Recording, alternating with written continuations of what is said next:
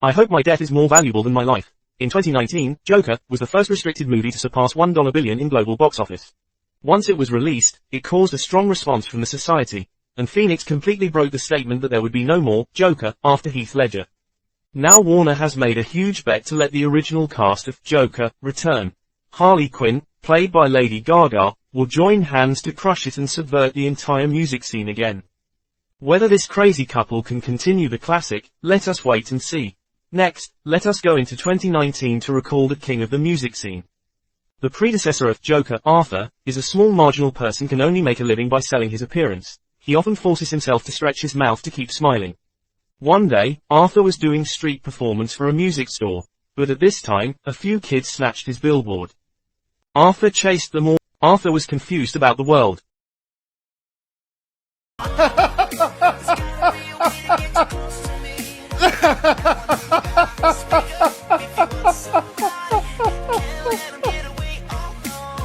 Is it just me? Or is it getting crazier out there? The doctor told Arthur that the situation was tense. The unemployment rate in KTV City remained high, and everyone was struggling. He asked Arthur if he had been keeping a diary. Arthur handed the diary to the doctor, which recorded his jokes and ideas. Arthur not only played a clown but also wanted to be a talk show actor. The doctor looked through the diary and saw that one page serious again. It turned out that Arthur had been locked up in a mental hospital and now relied on 7 kinds of drugs to barely maintain his life. But even so, he still treated everything in front of him kindly.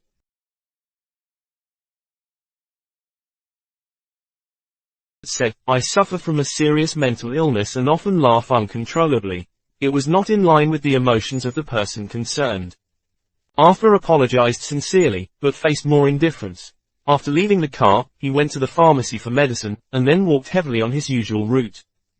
Arthur checked the mailbox when he got home, but it was empty. His mother, Penny, used to work for Wayne. In order to reduce the burden on Arthur, she had been writing to Wayne unremittingly, hoping that Wayne could help her and her son, but she never received a reply. Arthur stayed quiet and gave the leftover food to his mother. Their daily joy was watching The Maury Show on TV. Maury, a famous talk show host, captivated Arthur as he imagined himself on the TV show. He fantasized about a funny interaction with Maury. When he mentioned living with his mother now, the crowd around him was very excited. But he was proud of himself.